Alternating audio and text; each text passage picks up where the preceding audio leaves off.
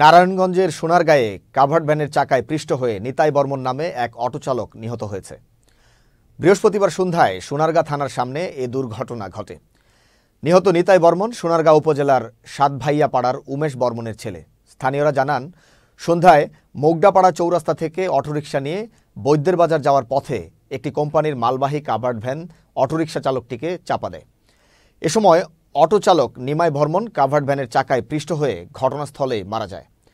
সোনারগাঁ থানার ভারপ্রাপ্ত কর্মকর্তা আব্দুল বারী জানান, নিহতের ঘটনায় অভিযুক্ত কাভার্ড ভ্যান চালক জামাল হোসেনকে গাড়িসহ আটক করা হয়েছে। একেবারে নির্মমভাবে হত্যা।